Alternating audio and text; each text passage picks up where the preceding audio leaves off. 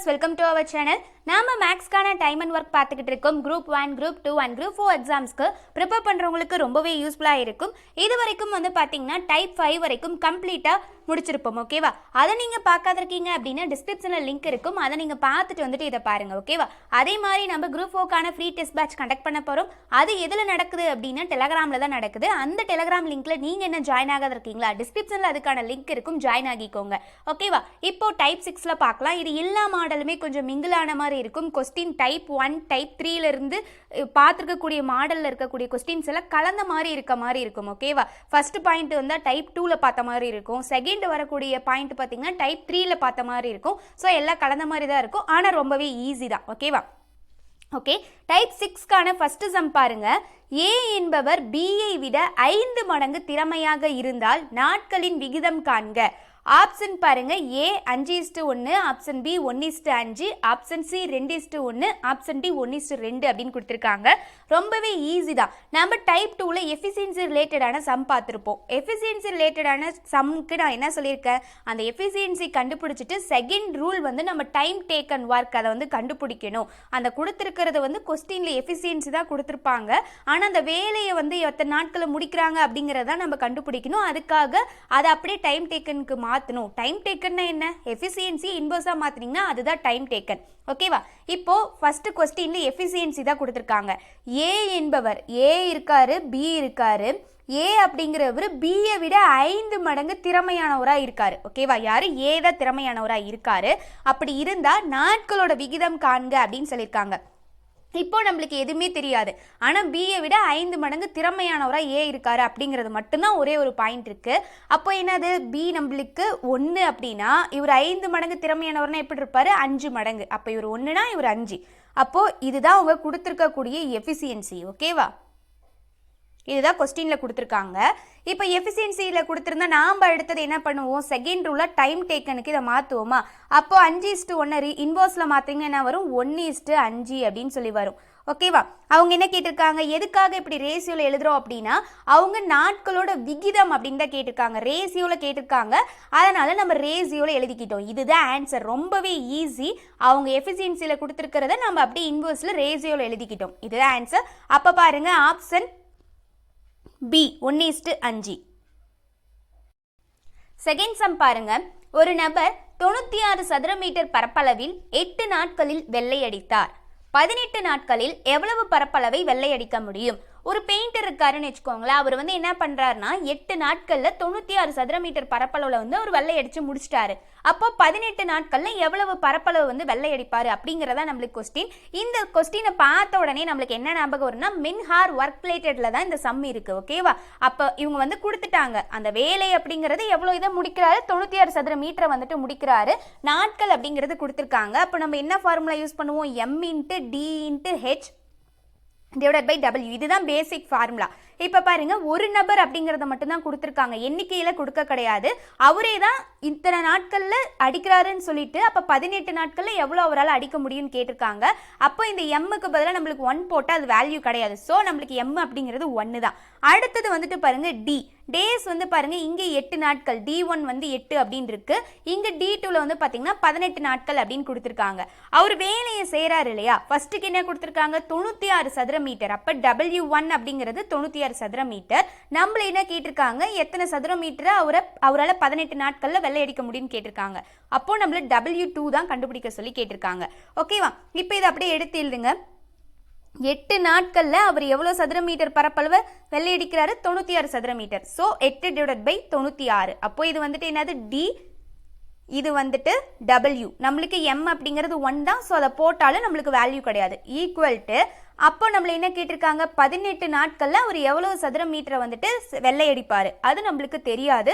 So W2 தான் நம்ம என்னன்னு வச்சுக்கிறோம்? X அப்படின்னு வச்சுக்கிறோம். ஓகேவா? இப்போ பாருங்க, ஏதாச்சும் கேன்சல் ஆகுமா அப்படின்னு சொல்லிட்டு கேன்சல் ஆகும். 1 8 8, 12 8 96 அப்படின்னு வருங்க பாருங்களேன். 1 8 8 மீதம் 1 இருக்குமா? அப்போ 2 8 16, 1/12 அப்படின்னு சொல்லி வந்துருச்சு. இப்போ நம்மளுக்கு எப்படி கிடைச்சிருக்கு? 1/12 ஈக்குவல் டு 18/x அப்படின்னு கேன்சல் ஆகி கிடைச்சிருக்கா? இப்போ ஈக்குவல்ல இருந்தா என்ன பண்ணலாம்? கிராஸ் மல்டிப்ளை பண்ணலாமா? கிராஸ் மல்டிப்ளை பண்ணுங்க. இப்போ கிராஸ் மல்டிப்ளை பண்ணிங்கன்னா பாருங்க எக்ஸ் 1 இன்ட்டு எக்ஸ் எக்ஸ் அப்படின்னு கிடைக்கும். 12 இன்ட்டு 18 அப்படின்னு சொல்லியிருக்கு. ஓகேவா? அப்போது நம்மளுக்கு எக்ஸ் அப்படிங்கிறது என்னது W2ஓட வேல்யூ, அதை தான் நம்ம எக்ஸ் அப்படின்னு எடுத்துக்கிறோம். அப்போ 12 18 பெருக்குனீங்க அப்படின்னா 216 அப்படின்னு கிடைக்கும். அப்போ சதுர மீட்டர் என்னது ஸ்கொயர் மீட்டர். ஓகேவா? இதுதான் ஆன்சர்.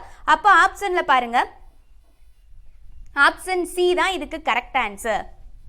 மூணாவது சம் பாருங்க, ஏ என்பவர் பியை விட 3 மடங்கு திறமை உடையவர். அவ்வேளையை ஏ தனியாக 14 நாட்களில் முடிப்பார் எனில் பி மட்டும் தனியே அவ்வேளையை எத்தனை நாட்களில் முடிப்பார்? ரொம்பவே ஈஸி தான் அந்த சம்ம, நல்லா கவனிங்க.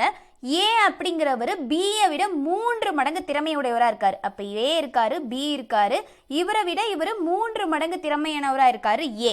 அவ்வேளையை ஏ மட்டும் எத்தனை நாட்களில் முடிக்கிறாரு? 14 நாட்களில் முடிக்கிறாரு. அப்படின்னா பி அந்த வேலையை எத்தனை நாட்களில் முடிப்பார் அப்படின்னு கேட்டிருக்காங்க. இது நம்மளுக்கு தெரியாது. ஸோ எக்ஸ் அப்படின்னு சொல்லி வச்சுக்கலாம். இதை ஈஸியாக எப்படி போடுறது அப்படின்னு சொல்லிட்டு பாருங்க. இப்போ 3 மடங்கு அப்படின்னா என்னது? நம்மளுக்கு ஏ தான் வந்து 3 மடங்கு பியை விட அதிகமாக இருக்காரு. அப்போது நம்மளுக்கு பி வந்து என்னன்னு தெரியாது. ஸோ அப்போ 1, இவர் 1 அப்படின்னா இவரை விட 3 மடங்கு அதிகமாக இருக்காருன்னா என்ன பண்ணுவோம்? மடங்குனாவே பெருக்குவோமா? அப்போ 1 இன்ட்டு 3 என்னது 3. இவர் 1 மடங்கு அப்படின்னா இவரை விட அதிகமாக 3 மடங்கு ஏ இருக்காரு. அப்போ 3 1 அப்படின்னு வந்துருச்சு. ஓகேவா? இதுதான் உங்கள் கொஸ்டினில் கொடுத்துருக்க எஃபிசியன்சி நம்ம என்னன்னு கண்டுபிடிச்சிருக்கோம்? 3:1 அப்படின்னு சொல்லி கண்டுபிடிச்சிருக்கோம். நான் என்ன சொல்லியிருக்கேன் ஆல்ரெடி? எஃபிசியன்சியில் கொடுத்துருந்தாங்கனாலே கொஸ்டினில் அதை நம்ம டைம் டேக்கன் ரேஷியோவுக்கு சேஞ்ச் பண்ணணும். அப்போ டைம் டேக்கனுக்கு சேஞ்ச் பண்ணிங்கன்னா என்ன வரும்? எஃபிசியன்சியோட இன்வர்ஸ் தான் டைம் டேக்கனா. அப்போ 3:1 அப்படிங்கிறது என்னவா சேஞ்ச் ஆகும்? 1:3 அப்படின்னு சொல்லி சேஞ்ச் ஆகும். ஓகேவா? அப்போ பாருங்க, இது ஏ, இது பி. ஓகேவா? ஏன் இதை வந்து டைம் டேக்கனில் ஏ வந்து 1 வருது, பி வந்து 3 வருது அப்படின்னா டைம் டேக்கனில் வந்து பார்த்தீங்கன்னு வச்சுக்கோங்களேன், இப்போ ஏ வந்து ஒரு வேலையை 10 நாட்களில் முடிக்கிறாரு அப்படின்னா பி வந்து 30 நாட்களில் முடிக்கிறாரு. அப்போ தான் வந்து என்னது? ஏ வந்து திறமையானவராக இருக்காருன்னு தானே முன்னாடியே கொடுத்துருக்காங்க. 3 மடங்கு திறமையானவராக இருக்காரு. அப்போ பி ஒரு வேலையை முடிக்கிறதுக்கு அதிக நாட்கள் ஆகும், ஏ அந்த வேலையை முடிக்கிறதுக்கு கம்மி நாட்கள் தான் ஆகும். இவர் 10 நாட்களில் ஏ வேலையை முடிக்கிறாருன்னா பி அந்த வேலையை வந்து 30 நாட்களில் முடிப்பார். அதனால தான் டைம் டேக்கனில் நம்ம அப்படியே இன்வர்ஸில் எழுதிக்கிறோம். ஓகேவா? இந்த பாயிண்ட் புரிஞ்சுதா? இப்போ வந்துட்டு பாருங்க, அவங்க என்ன கொடுத்துருக்காங்க? ஏ ஒரு வேலையை 14 நாட்களில் தனியாக முடிக்கிறாரு. அப்படின்னா பி அந்த வேலையை எத்தனை நாட்களில் தனியாக முடிப்பார்னு கேட்டிருக்காங்க. பிக்கு வந்து நம்ம என்ன ரேஸில் எடுத்திருக்கோம்? 3 அப்படின்னு சொல்லி எடுத்திருக்கோம். அப்போது இவரை விட அவர் வந்துட்டு என்னது 3 மடங்கு, அதாவது வேலையை சேர்த்து செய்வார். இவர் 14 நாட்கள் செய்கிறாருன்னா அப்போ அவர் 3 14 என்னவோ அதுதான் அவரோட வேல்யூவாக இருக்கும். ஓகேவா? அப்போ என்ன பண்ணிக்கலாம்? ஸ்ட்ரெயிட்டாக 3 இன்ட்டு 14. அப்போ 3ஐயும் 14ஐயும் பெருக்குங்க. 2ஐயும் பெருக்குனீங்கன்னா உங்களுக்கு என்ன கிடைக்குன்னா 42 அப்படின்னு கிடைக்கும். இப்போ பாருங்க, இவருக்கு 14 அப்படின்னு இருக்கு, இவருக்கு 42 அப்படின்னு இருக்கு, இவருக்கு ஒரு ரேஷியோவில் இருக்கு, இவருக்கு 3 14 கூட்டினீங்கன்னா தான் 42 அப்படின்னு வருது. 1:3 அப்படிங்கிறது கரெக்டாக வந்துருச்சா? அப்போ பி மட்டும் தனியாக அந்த வேலையை எத்தனை நாட்களில் செய்கிறாருன்னா ஆப்ஷன் ஏ 42 நாட்கள் செய்கிறாரு. 4வது சம் பாருங்க, சுவாதி ஒரு நாளுக்கு 4 மணி நேரம் வேலை செய்து 5 சேலைகளுக்கு 18 நாட்களில் எம்ப்ராய்டரி வேலை செய்து முடிப்பார். அவர் 10 சேலைகள் எம்ப்ராய்டரி செய்வதற்கு நாள்தோறும் 6 மணி நேரம் வேலை செய்தால் எத்தனை நாட்களில் வேலையை செய்து முடிப்பார்? இதுவுமே வந்து பார்த்தீங்க அப்படின்னா M into T into H main work hour related sum தான், டிவைடட் பை டபிள்யூ. இந்த ஃபார்முலா தான் யூஸ் பண்ண போகிறோம். இப்போ வந்துட்டு பாருங்க, சுவாதி, அதாவது அந்த எம் அப்படிங்கிறது ஒருத்தர் மட்டும்தான் இருக்காங்க. M1 M2 ரெண்டுமே எடுத்தீங்கனாலும் 1 அப்படின்னு தான் வரும். ஸோ அதுக்கு வேல்யூ கிடையாது. ஸோ இது இல்லை. அடுத்தது பாருங்க, 4 மணி நேரம் வேலை செய்து ஹார் அப்படிங்கிறது நம்மளுக்கு இருக்கு. அடுத்தது 5 சேலைகளுக்கு 18 நாட்களில், 18 நாட்களில் டேஸும் இருக்கா? அப்போ D1 இருக்கு, H1 இருக்கு. எத்தனை சேலைகளுக்கு முடிக்கிறாரு? 5 சேலைகளுக்கு அவங்க சுவாதி முடிக்கிறாங்க. ஸோ அப்போ அது W1. அடுத்தது பாருங்க, 10 சேலைகள் W2 அப்படிங்கிறதையுமே கொடுத்துட்டாங்க. அடுத்தது என்ன கொடுத்துருக்காங்க? 6 மணி நேரம் ஹார் அப்படிங்கிறதையும் கொடுத்துட்டாங்க. நம்மள கொஸ்டின்ல என்ன கேட்குறாங்கன்னா 4 தான் கேட்குறாங்க. D2 கண்டுபிடிக்க சொல்லி கேட்டிருக்காங்க. ஓகேவா? அப்போ நம்ம என்னது M1 into D1 into H1 divided by W1 equal to M2 into D2 into H2 divided by W2 அப்படிங்கிற ஃபார்முலா வந்து யூஸ் பண்ணுவோம் இல்லையா? அதுதான். ஆனால் நம்மளுக்கு M அப்படிங்கிறது ஒரே ஒரு வேல்யூ மட்டும் தான் இருக்குது. ஸோ போத் சைடுமே அதுதான் வரும், அதுக்கு வேல்யூ கிடையாது. அப்போ நம்மளுக்கு கொடுத்துருக்கிறது வந்து என்ன கொடுத்துருக்காங்க? D1 into H1 divided by W1 இது இருக்கு, டேஸுமே இருக்கு, ஹாருமே இருக்கு. அதே மாதிரி ஒர்க்குமே 5 சேலைகள் அப்படிங்கிறதையும் கொடுத்துருக்காங்க, அதே மாதிரி 10 சேலைகள் அப்படிங்கிறதையும் கொடுத்துருக்காங்க. ஓகேவா? ஸோ ஒர்க் அப்படிங்கிறதும் நம்மளுக்கு இருக்கு. அடுத்தது வந்து பார்த்தீங்கன்னா D2 இதை தான் நம்மளை கண்டுபிடிக்க சொல்லி கேட்டிருக்காங்க. அடுத்தது H2 அப்படிங்கிறதையும் கொடுத்துருக்காங்க டிவைடட் பை W2 இது கொடுத்துட்டாங்க. நம்ம கண்டுபிடிக்க வேண்டியது இந்த D2 தான். சரி, ஓகே, இப்போ கண்டுபிடிக்கலாமா? D1 என்ன கொடுத்துருக்காங்க, H1 என்ன கொடுத்துருக்காங்க அப்படின்னு சொல்லி பாருங்க. டேஸ் வந்து என்ன கொடுத்துருக்காங்க, 18 நாட்களில் முடிக்கிறாங்க. ஓகேவா? 18 நாட்களில் எத்தனை மணி நேரம் வேலை செய்கிறாங்க, 4 மணி நேரம் வேலை செய்கிறாங்க. ஓகேவா? W1 என்னது, எத்தனை சேலைகள், 5 சேலைகள். ஸோ டிவைடட் பை 5 அப்படின்னு போட்டாச்சு. அடுத்தது நம்மளை என்ன கேட்டிருக்காங்க அப்படின்னு சொல்லிட்டு பாருங்க. D2 தான் நம்ம வந்து எத்தனை நாட்கள் அப்படிங்கிறத கண்டுபிடிக்கணுமா? ஸோ அதை என்னன்னு வச்சுக்குவோம், எக்ஸ் அப்படின்னு சொல்லி வச்சுக்கணும். அடுத்தது வந்துட்டு பாருங்க H2 அப்படிங்கிறது நம்மளுக்கு என்ன இருக்கு அப்படின்னா 6 அப்படின்னு சொல்லி இருக்கு. ஓகேவா? 6 மணி நேரம் வேலை செய்கிறாங்க. ஓகே, அப்போ எத்தனை சேலைகள் அவங்க வந்து செஞ்சு முடிக்கிறாங்க அப்படின்னா எம்ப்ராய்டரி ஒர்க் செய்கிறாங்க, 10 சேலைகளுக்கு எம்ப்ராய்டரி ஒர்க் செய்கிறாங்க. W2 அப்படிங்கிறது 10. இப்போ நம்ம கண்டுபிடிக்க வேண்டியது D2, அதை தான் எக்ஸ் அப்படின்னு சொல்லி எடுத்துக்கிட்டாச்சு. இப்போ கிராஸ் மல்டிப்ளை பண்ணலாமா? ஈக்குவல் இருந்து அதே மாதிரி கிராஸ் மல்டிப்ளை பண்ணுங்க. அப்போ கிராஸ் மல்டிப்ளை பண்ணிங்கன்னா என்ன வரும், 18 × 4 × 10 அப்படின்னு சொல்லிட்டு வருமா லெஃப்ட்டில். அடுத்து ரைட் சைட் பாருங்க, இந்த 5 அந்த பக்கம் போச்சு அப்படின்னா எப்படி வரும், 5 × x × 6 அப்படின்னு சொல்லி வரும். ஓகேவா? நம்மளுக்கு தேவை எக்ஸோட வேல்யூ. ஸோ எக்ஸ் இந்த பக்கமே இருக்கட்டும். அப்போது 18 × 4 × 10 அப்படிங்கிறது இந்த சைடு இருக்குது. நம்மளுக்கு எக்ஸ் தான் தேவையா? ஸோ அதனால் எக்ஸ் இந்த பக்கமே இருக்கட்டும். 5 × 6 அப்படிங்கிறது பெருக்கல்ல இருக்குது. அப்போ இந்த பக்கம் வந்துச்சுன்னா என்ன வரும், வகுத்தல்ல வரும். அப்போ டிவைடட் பை 5 × 6 அப்படின்னு சொல்லி வந்துருச்சு. இதில் ஏதாச்சும் கேன்சல் ஆகுமா அப்படின்னு சொல்லி பாருங்க. கேன்சல் ஆகும். நாம் ஃபஸ்ட்டு வந்துட்டு என்ன பண்ணிக்கலாம், 6வது இங்கே 6 இருக்கு இல்லையா, 6ல் கேன்சல் பண்ணுங்கள். 1 6 6 3 6 18 அப்படின்னு சொல்லி கேன்சல் பண்ணலாமா? அடுத்தது பாருங்கள், 1 5 5 2 5 10 அப்படின்னு சொல்லி வந்துருச்சு. இதுக்கு மேலே நம்மளால் எது கேன்சல் பண்ண முடியாது. ஓகேவா? அப்போ நம்மளுக்கு என்ன இருக்குது, 3 × 4 × 2 அப்படின்னு இருக்குது. கீழே இருக்கிறது எல்லாமே கேன்சல் ஆகிருச்சு. அப்போ 3 4 12 2 என்னன்னு வரும், 24 அப்படின்னு சொல்லி வரும். அப்போ எக்ஸோட வேல்யூ 24. அப்போது 10 சேலைகளுக்கு எம்ப்ராய்டரி ஒர்க்கை வந்து 6 மணி நேரம் வேலை செஞ்சு 24 நாட்களில் முடிக்கிறாங்க. இதுதான் அதுக்கான மீனிங். ஓகேவா? W2 தான் நம்மளுக்கு கேட்டிருந்தாங்க. ஸோ அப்போ W2 வந்துட்டு D2 தான் நம்மளுக்கு கேட்டிருந்தாங்க. D2 வந்து 24 நாட்கள் அப்படிங்கிறத நம்ம கண்டுபிடிச்சாச்சு. ஓகேவா? அப்போ ஆன்சர் என்ன, ஆப்ஷன் டி, 24 நாட்கள். இப்போ கொஸ்டினை பாருங்க. அவங்க 10 சேலைகளுக்கான எம்ப்ராய்டரி ஒர்க்கை வந்து முடிக்கிறதுக்கு எத்தனை மணி நேரம், 6 மணி நேரம் வேலை செஞ்சு 24 நாட்களில் முடிக்கிறாங்க. ஓகேவா? இதுதான் அதுக்கான answer. Okay guys, final sum பாருங்க.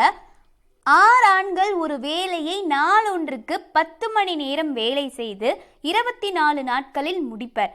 9 ஆண்கள் நாளொன்றுக்கு 8 மணி நேரம் வேலை செய்தால் எத்தனை நாட்களில் அவ்வேலையை முடிப்பர்?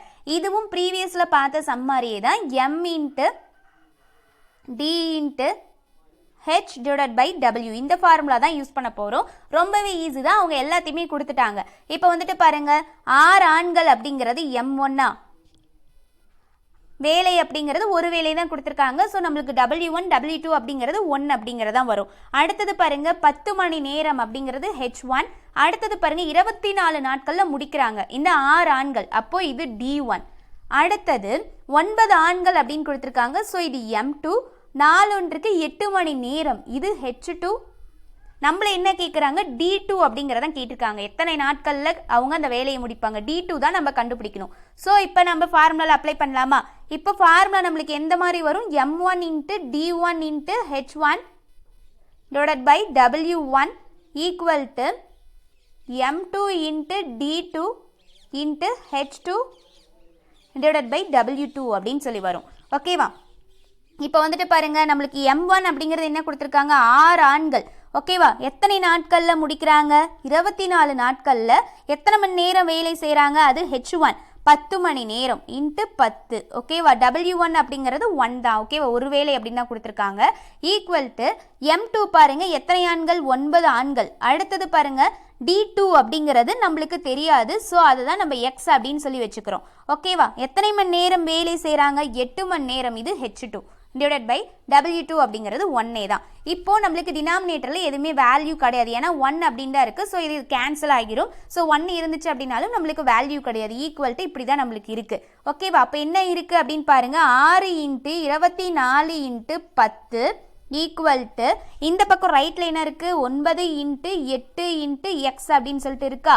இப்போது நம்மளுக்கு ஈக்குவல்ட்டில் இருந்தால் கேன்சல் பண்ணலாமா? எல்லாமே மல்டிப்ளிகேஷனில் தான் இருக்குது. இதில் எது கேன்சல் ஆகும் அப்படின்னு சொல்லிட்டு பாருங்கள். ஃபஸ்ட்டு 6 பார்த்தீங்கன்னா 2 3 6 3 3 9 அப்படின்னு சொல்லி 3வது வாய்ப்பாடில் கேன்சல் பண்ணலாமா? அடுத்தது பாருங்கள் 1 3 3 8 3 24 அப்படின்னு சொல்லி கேன்சல் பண்ணலாம். ஓகேவா? இது கேன்சல் பண்ணியாச்சு. அடுத்தது பாருங்க 1 2 2 4 2 8 அப்படின்னு சொல்லி கேன்சல் ஆகுமா? அடுத்தது பாருங்க 1 4 4 2 4 8 அப்படின்னு சொல்லி கேன்சல் ஆகும். ஓகேவா? இப்போ ரைட் சைடில் எல்லாமே கேன்சல் ஆகிருச்சு. எக்ஸ் அப்படிங்கிறது மட்டும்தான் இருக்கு. இங்க பாத்தீங்கன்னா லெஃப்ட் சைடில் 2 × 10 அப்படின்னு இருக்கு. இந்த பக்கம் ஈக்குவல் டு எக்ஸ் அப்படின்னு சொல்லியிருக்கு. ஓகேவா? அப்போ 2 × 10 20 அப்படின்னு வருமா? அப்போ எக்ஸ் ஈக்குவல் டு 20. அப்போ நாம என்ன கண்டுபிடிச்சிருக்கோம், D2ஓட வேல்யூ 20 அப்படின்னு கண்டுபிடிச்சிருக்கோம். 20 நாட்கள்ல செஞ்சு முடிக்கிறாங்க. ஓகேவா? அப்போ இதுக்கான ஆன்சர் வந்துட்டு பாருங்க option C 20 days. Okay guys, இந்த வீடியோ கண்டிப்பாக உங்களுக்கு யூஸ்ஃபுல்லாக இருக்கும்னு நினைக்கிறேன். இன்னும் 2 டைப் தான் இருக்குது. அந்த டைப்க்கான வீடியோஸும் ஃபாஸ்ட்டாக வந்துடும். நீங்கள் எல்லாத்தையும் பார்த்து நோட் பண்ணி வச்சுக்கோங்க. ஓகேவா? ஆல்ரெடி சொன்ன மாதிரி தான் மேக்ஸுக்கு அப்படின்னு சொல்லிட்டு ஒரு 3 to 4 நோட்ஸ் வந்து வாங்கி வச்சுக்கோங்க. ப்ளஸ் கலர் பென்ஸும் வந்து வாங்கி வச்சுக்கோங்க. அப்போ தான் உங்களுக்கு நோட் பண்ணுறதுக்கு ரொம்பவே யூஸ்ஃபுல்லாக இருக்கும். அதே மாதிரி குரூப் 4க்கான ஃப்ரீ டெஸ்ட் பேட்சில் நீங்கள் என்ன ஜாயின் ஆக இருக்கீங்க அப்படின்னா டெலகிராமில் அதுக்கான லிங்க் இருக்கும், ஜாயின் ஆகிக்கோங்க. அதே மாதிரி இதோட ப்ரீவியஸ் டைப்ஸ் எல்லாம் நீங்கள் டைம் அண்ட் ஒர்க்கில் பார்க்காத இருக்கீங்க அப்படின்னா அதை பார்த்துட்டு வந்து இதை கண்டினியூஸாக பாருங்கள். ஓகேவா? தேங்க்யூ. வீடியோ பிடிச்சிருந்து அப்படின்னா லைக் பண்ணிருங்க மறக்காம.